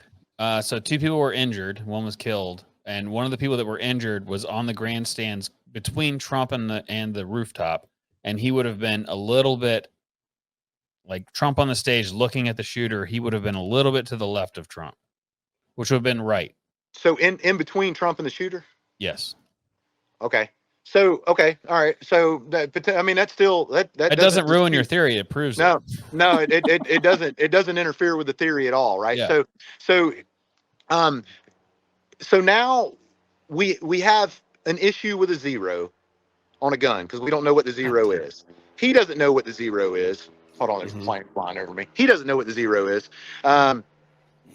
And now but our elevation was correct and our windage was correct. So now if I was a single shooter and I had that wind, I'm going to do what I would refer to and what should be called is a bracket shot. Right. Okay. So what I'm a shoot what in perfect sense, in the perfect sense, I would have you on a rifle and I would have on a rifle. You would be holding one wind hold. I would be holding the other wind hold. We would both shoot at the same time. Therefore, one of our bullets would impact the intended target. But I can also do that as an individual shooter. Again, I got a video of me doing that, shooting out to like 600 yards with a 308, doing double taps, bam, bam, and then hitting ding, ding, and getting 2 hits on there. So this is something that's completely possible, especially from a skilled shooter, that gets to go and rehearse this very distance and gets to rehearse this over and over and over, right? Not a difficult task. So now if you take what I was talking about and you take that movement to where it was over there and you take those two and you move those over, what you have is the first shot that was a calculated wind call that caused him to clip his ear. The second shot was a no wind hold that passed right by him. That's the one in the video, or the That's the picture one that shows the bullet. That's the one in the video. So now when we talked about it and we were discussing the theory of whether or not it was a 300 blackout or not, because of the way it sounded. Because of the distance and the way it sounded. But when Trump started to describe the sound, he said it whirred, not popped. And you have been in combat, you know that when it's breaking the sound barrier, it does not make that whirring sound. So Right. Trump may have, I don't know if he misspoke, but we're just going off what we know. He said it was like a whoosh sound, like a mosquito is what he kind of said. Right. World's biggest mosquito, I think is what he said. But yep. That's not what a supersonic round sounds like, period. No, right? Absolutely not. So now let's break that back and let's move back to 500 yards again. That 5.56 is going to be considerably slower. Right. Right. That's going to change everything as far as what you're going to hear on that end. Right. Also, I find it hard. I mean, I find it hard to believe that you could take a picture and be able to get the bullet. So he was wearing a GoPro. Okay. So he just reframed a GoPro. That's the only reason. I still find it hard to believe that you're going to be able to see the bullet in there, right? It's going to be very difficult, especially from 100 yards with a 5.56. That bullet's moving somewhere right around 2,600 feet per second. I think that stream would have been longer. If it did touch it, but I don't believe that. I believe that I'd have to like pull that picture, find the original, and see if it's been doctored. But I'm with you on that one.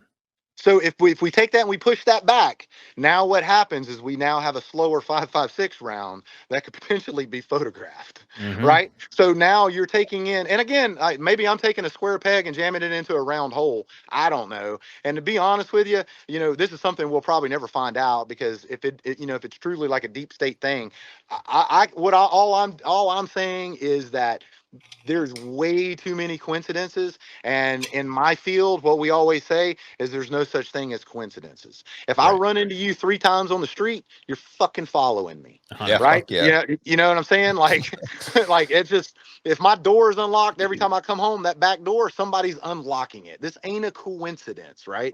So there's just too many things that are starting to fall into place that is just like, hey, this is outside the realm. And see, and I saw this in the Vegas shooting, because we still don't really know anything. But what ended up happening is, like, some information came out in the beginning, and then it almost seemed like they intentionally waited for like the buzz to die down to where people moved on to something else, and then more information came out. And I can already tell they're doing this with this. They're giving us bits and pieces, but they're not showing us the whole thing. And then I think eventually people are going to move on to something else, probably a successful assassination, but they're going to move on to something else, and then we're not going to ever look at this again. But I'm super intrigued by it, and I think that your community is also super intrigued by it. And I don't know that I'm going to let this die. I have to, like, I'm not political, but this could drive me to become political. Is my point. Yeah, again, I mean, I've never really been a political person. I mean, when Hillary Clinton was running and Trump was running, that was about the first time that I truly started like kind of getting into politics. I protected Hillary Clinton overseas, um, Why? so yeah. Let's strike that from the record. So I got a letter of appreciation and a plaque and everything, and I framed it in the trash. So, but that's nor here nor there. But Yeah. regardless, I'm not a political person either, and we'll probably never know. Just like we don't know what happened with the Las Vegas shooter, we don't know what happened with Kennedy. All this stuff is going to be hidden, but there's way too many other things. Let's see if I got anything else real quick. Hold on one second. Yeah. Sorry. Check the note. While you're looking at your notes, my father-in-law refuses to frame his retirement paperwork because it was signed during he retired during Obama's administration, and it has Obama's signature as commander-in-chief. He refuses to hang it up. He did 30 years in the Army, like 300 static line jumps, was in forever, and He did what I did towards the end of his career. Yeah. Yeah. So That's hey, funny. so check this out. The gun range that supposedly this dude went to was a 25-yard indoor range. Right. Oh, this So- gets better and better. So with that being said, and now, so I'm gonna break this down for you too as well. And I want to take this and I want to do this with I want to take this and I want to do 6 shooters, and I want to take it and I want to have all 3 of them do this. I want to have you spin around, drop, or be in a prone position, spin around, be on a metal roof, and you can either, I want to have 3 shooters do it with a magazine and 3 shooters do it in a unsupported off the elbows, and fire 3 rounds at the same rate of fire and create that same group. I'm going to tell you, we put through 1,200 students, and all the students have to qualify. And the furthest shot that we take in that course is 100 yards. You shoot it with a standard power and a 4 power optic. And guys fail that, and they're all prior Army infantry, Marine infantry, all these combat armed skills that you shouldn't have any problem. But when you add the stress in there, right, it changes everything. That's a game changer. And you gotta believe that this dude was under crazy stress, right? Like, how embarrassing would it be to be low crawling up there and you're gonna go to prison for trying to shoot the president with a rifle and you didn't even get the gun out? Yeah. Right. So the level of stress had to be high for this dude. He's 20 years old. Dude. He has no stress inoculation. He's never been trained to deal with a stressful event, like how to Did bring your. not think about that. No. The guy I did doesn't not look like think he could. The fact that he got so close. If Trump had not turned his head at that, because as soon as Trump turned, that's when the shot came off. So he was aiming probably center mass, and it drifted maybe 2 inches to the back. Well, it didn't. I How don't was think he it, that I calm? don't think it drifted. Because you're right. I don't think yeah. it drifted. I think Okay. it was dead on. Trump turning his head like that right at that very moment. Now, again, let's take this back and let's move that back to about 500 yards, right? If we're back at 500 yards and I got a clear shot on the target and I pull the trigger, what's my travel time for that bullet? Dude, let's look at what's 500 yards away.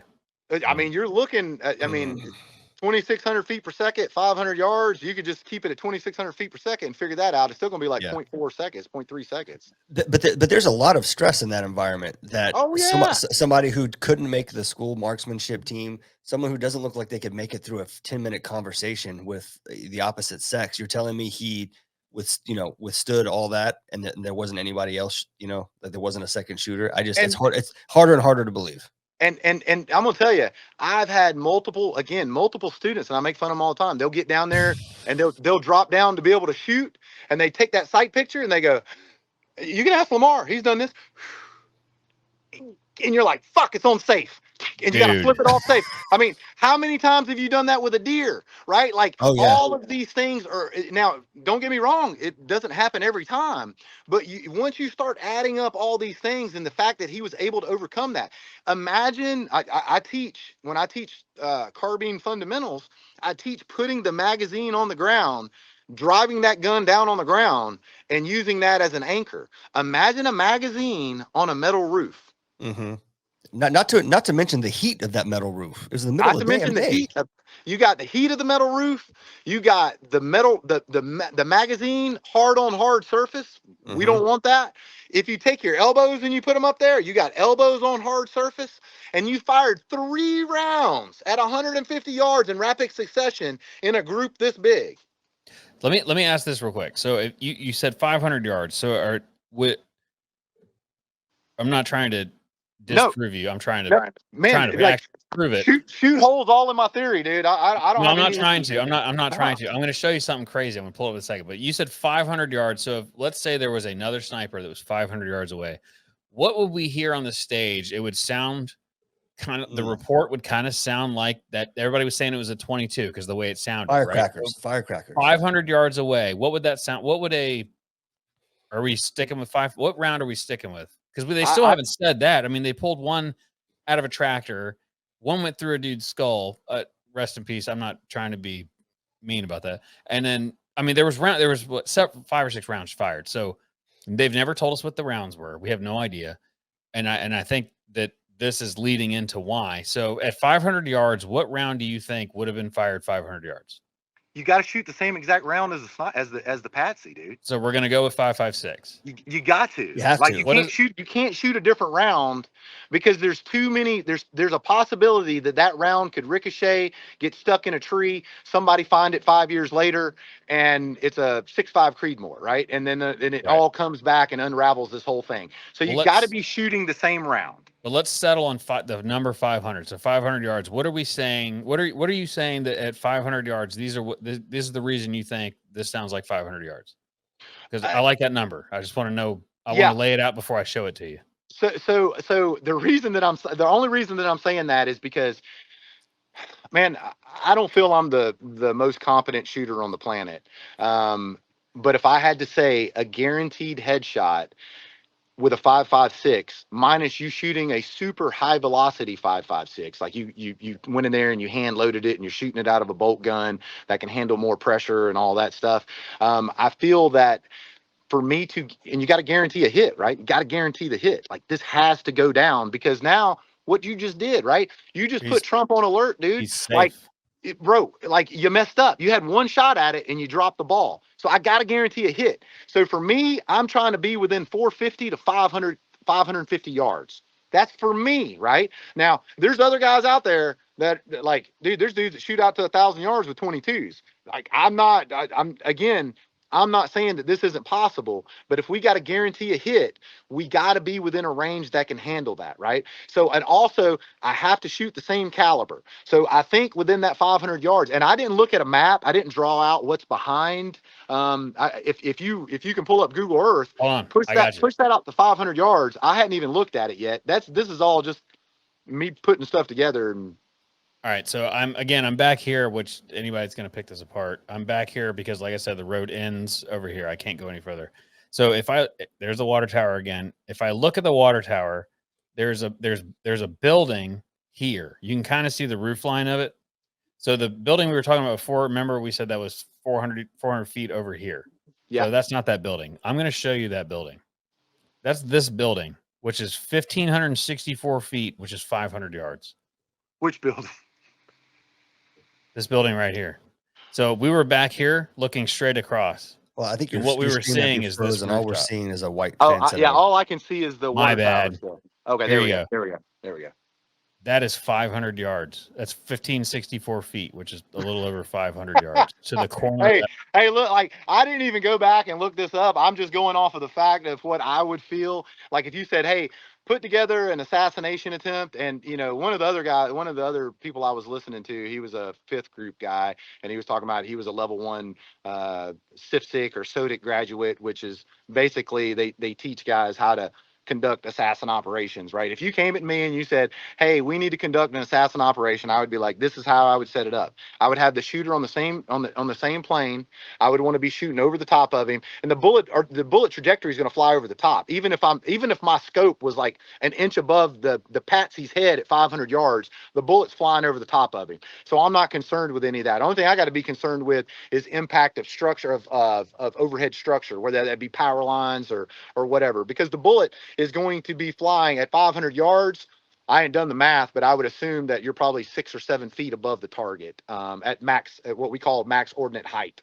So that bullet in that parabolic arc would probably reach somewhere right around 7 foot above the target at its maximum height.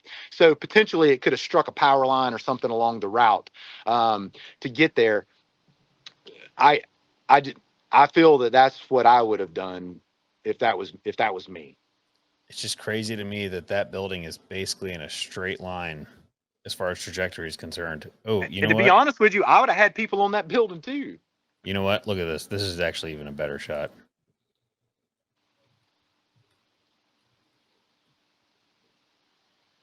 Wrong tab. So this would have been right over the back of the shooter because he was somewhere right here on this edge.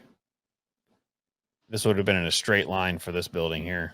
That's 1788. So that's what, 600 yards, 580 yards. Again, that all falls well within that realm of what I was saying, like what I would feel comfortable with trying to take that shot. 550 no obstruction. yards.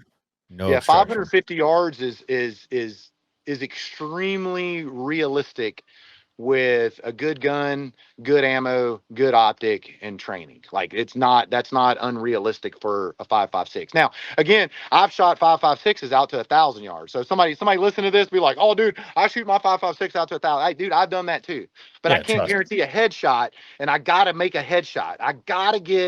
I have to be able to put a bullet within a 3-inch circle at that range. If I can't do that, that's that distance, that rifle, that round, I am ineffective for this operation. Yeah. All right. We're going to wrap this up. Let's do like a final, what are we saying here? Like we just did a whole podcast talking about a lot of stuff. I'm saying I still don't know for sure what's going on, but I will say the last time we talked, which was last week or Sunday, less than 24 hours from the event, I thought it just seemed like incompetence. At this point, I'm seeing a lot of weird shit. Like I'm not sure. It doesn't look like it looks like there was incompetence, but I think it was planned incompetence. And I like the multiple shooter theory. I do like it, especially if they're far enough away that you're not going to hear that report, and all you hear is him shooting, and he's an idiot. We already discussed that he doesn't know how to shoot, so his rounds probably end up in the grass somewhere on the other side, or maybe he's the one that shot these 2 civilians. Maybe that's all he did was he shot 2 people and killed one. Yeah, I mean, absolutely. One round hit the tractor, 1 round hit the glass on the tractor. Fuck, dude, because it was 5 shots, right?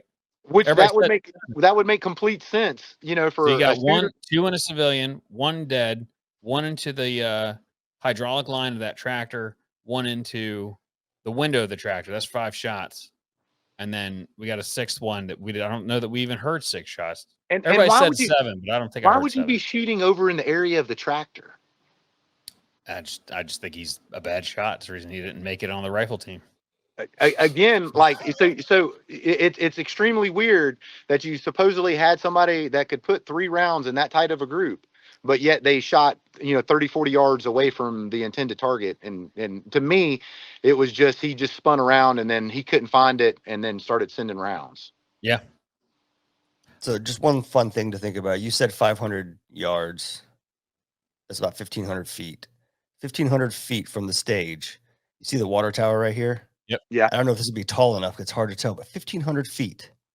Oh shit! On the is a billboard with two catwalks. That one right, the top of that is above the power lines. Dude, if anybody is listening to this from PA, ask around and see if there was construction or if these billboards are new. Are these billboards new? Were they under construction the day of the Trump event? Was there a tent over that and somebody was hiding in it? That's a great position. Yeah, I mean, again, like all of those things that the advanced team would have done, and there would have been people there. Like, there's no way I'm not letting any elevated structure within 500 yards. Like, I've been on many Secret Service details. They make you close the windows. Like, you got to close the windows, close the blinds. Like, there ain't no opening windows. There ain't nobody allowed on rooftops that ain't part of the team. Like, all of that shit is locked down. Like, you're going to have all of those things secured. There's no way. Well, here's my other thought. At 1,500 feet, can you close that so I can see my man? At 1,500 feet or 500 yards, How long does it take for that bullet to make impact? Is it long enough for Trump to do this and then Oh turn yeah, his head? yeah, absolutely. When he You're pulled the looking trigger, was Trump looking forward and then turned his head while the bullet was in flight and it nicked his ear? Yeah, for Because sure. so. That's exactly what I was saying. That is my theory right there. Mm. Because if you take that shot, if you're at 500 yards and I'm looking through my optic and I pull that trigger, it's going to take about 0.3, 0.4 seconds for that bullet to arrive to that target. That's all it was. As soon as he That's turned his head all is it when it hit his was ear. literally he was sitting there and he went Woo! and he twisted his head. Oh shit! We made it this far and we lost him right there. I bet the battery died. Well, I think think that was a good cutoff, actually. If he comes back, we'll let it back. That was nuts. Yeah. Yeah, I don't know. Part of me is like, should we even release this episode? Are we No, we're gonna divulging let it some out. shit We're gonna let it that? out. This Yeah, may no, be the first I'm all time about it, dude. everyone's listened from beginning to end. Quite possibly. But yeah, man, I did the little I made that little line that was 1,500 feet out and just got around to seeing what was in this direction. I'm sure there's probably other stuff too, but it's like I've heard stories, you know, as I'm sure you have. You've probably seen more things than you've heard stories of the capabilities of that exist with people that are the caliber shooter that would be hired for something like this if that were the case. Okay, okay. Got you back. Sorry, dude. There we go. All good. Sorry. So you were saying right when it cut out, you were like right at the pinnacle of hitting the nail on the hammer. Or you said at that distance, it was enough for him to turn his head.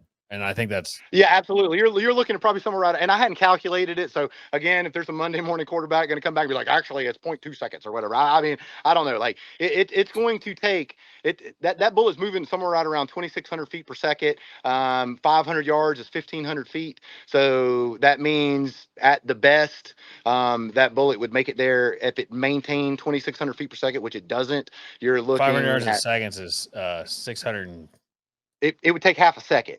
Basically, it would take almost half a second. Yeah. So you're looking at somewhere right around, and that was just a wild guess that I threw out there, about 0.4 seconds, which that's half a second. That is plenty of time for me to think I got a shot and then for me to move my head. And that was all it was. And to me, it sounded like from the sound of the crack and the sound of the report, sounded like it was, and that's why I said originally that I thought it was going to be about 300 yards. I thought it was going to be further, but I went with 300 just based off of it takes too much skill for you to shoot someone in the head at 300 yards plus. Like that is way too much skill. So I said just based off of statistic anomalies, the shooter was inside 300 yards, but I felt like it was slightly further.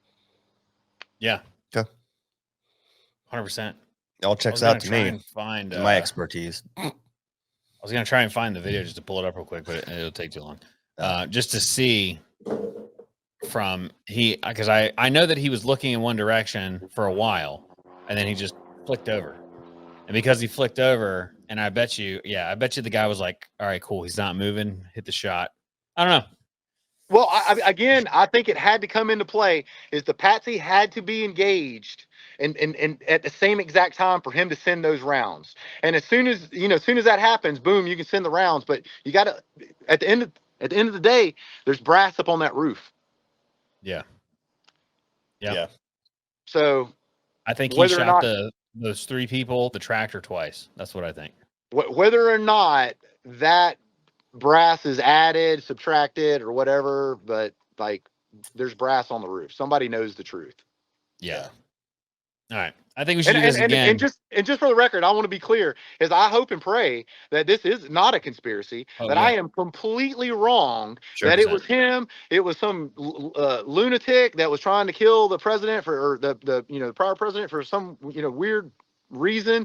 I don't want that to be. I'm hoping that that the Secret Service was not limited to put Trump in a bad situation. I hope all those things. Like I'm not advocating for any of those things. I'm just calling out. I'm just reading the cards that were laid out in front of me. And we will echo that. We are also not here hoping for a government conspiracy. We're not trying to incite violence or get anyone upset. No, absolutely. We're just literally like, this is utterly fascinating. And the fact that my opinion, because I'm not normally one to change my opinion once I get set on an event that has happened. But as stuff comes out, man, it's just, and Yeah. we're still not even a week in. So I think we should do this again once we have enough information that is different.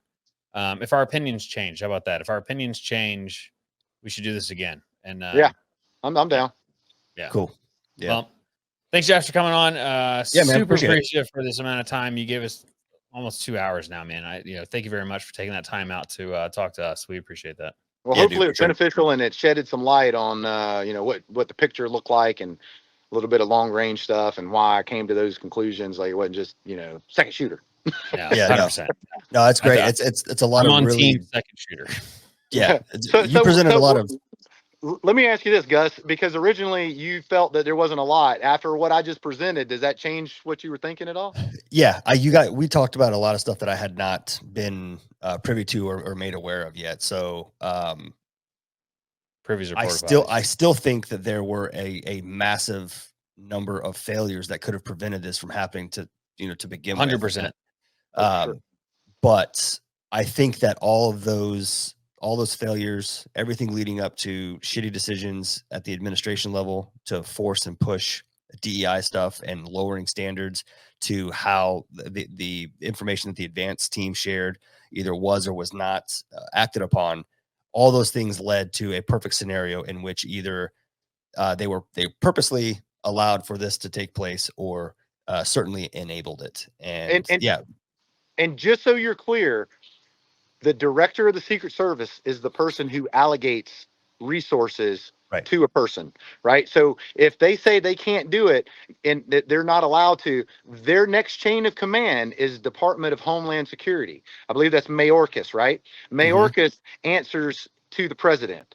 So literally, you're talking about two removed from the president, that at the end of everything, who's calling that shot? It's either the president, the director, the Secretary of Homeland Security, or the director of the Secret Service. That's the Right. three people. So take that as you will too. Yep. Yeah. It's a lot, man. It's a lot to unpack. It's a lot to think about. Sucks we have to be even having the discussion and talking about this, but I'll say two things. One, Crazy we'll times. continue to ask questions and have conversations because that's what we like to do, and we're curious people. But also, you missed, and now you've put them on fucking alert. And so, I do you think, from your perspective, and this is the last question I'll ask because I know we're trying to wrap this up. Do you think he'll do any more outdoor events? Yeah, I don't think that'd change anything, to be honest with you. No, I If don't it think was so me, either. if it was me, I would bring in some type of outside security thing. Like I said, I didn't, to really go into that, but Yeah. He's friends with Eric Prince. I worked for Blackwater. Even Careful. you Careful licking yourself. you could put a team together that I feel that we could, I'm not saying me, 'cause there's people way better than I am, but you could put a team together that could potentially keep him completely safe. Like I said, no one's untouchable, but like realistically, I don't think it's going to change anything Trump does. I think Trump doesn't give two shits. I think he believes in America, and he's gonna push forward, and it's only gonna make him fight harder, which is crazy, Sure. but that's who he is. Did you see the Milwaukee thing with the motorcycles? Mm-mm. Thousands of them showed up on motorcycles, like wearing, kitted out, bro. Straight Heck yeah. outlaws. That's awesome. Nuts, awesome. dude. And the But media's hey, not going like to you show you said, that. no but that's violence, scary. no violence for anyone. No, This they were there to this- protect him. That was it. Yeah, this is not about anything that I'm trying to say that there was a person that was involved. Who knows? I'm definitely not directing it that somebody should go and take something in their hands. So that's not No, what I'm absolutely saying. not. Yeah, no. Definitely. We've never would advocate. We don't even get political here. This is the most we've talked about politics. I mean, this isn't necessarily politics, but this is the most we've talked about Trump in It's history. 3 years. It we've is been doing history. this. Well, it's Yeah, fascinating, and it's everyone's talking about it. So, like, I talk about it all day at work. I have several different friend groups at work, and I hear all the thoughts and theories from. I've had people be like, "Sucks they missed," and I've had all the way to kind of the stuff we're talking about, and it's like I look at them all the same. Like, I'm just not going to get political at work. This is my place of business. I'm just, Oh, yeah. but it's a hot topic right now, and I have the resources to pull you in here. So why the fuck wouldn't I not do it? I appreciate it, man. No, super thankful you came, dude. Yeah, thank you for inviting. Absolutely. All right. You guys have a good day. Yeah, You you too, too. Jaxx. That's it, Appreciate it. everybody. We'll see you later. Bye. Bye. Thinking we see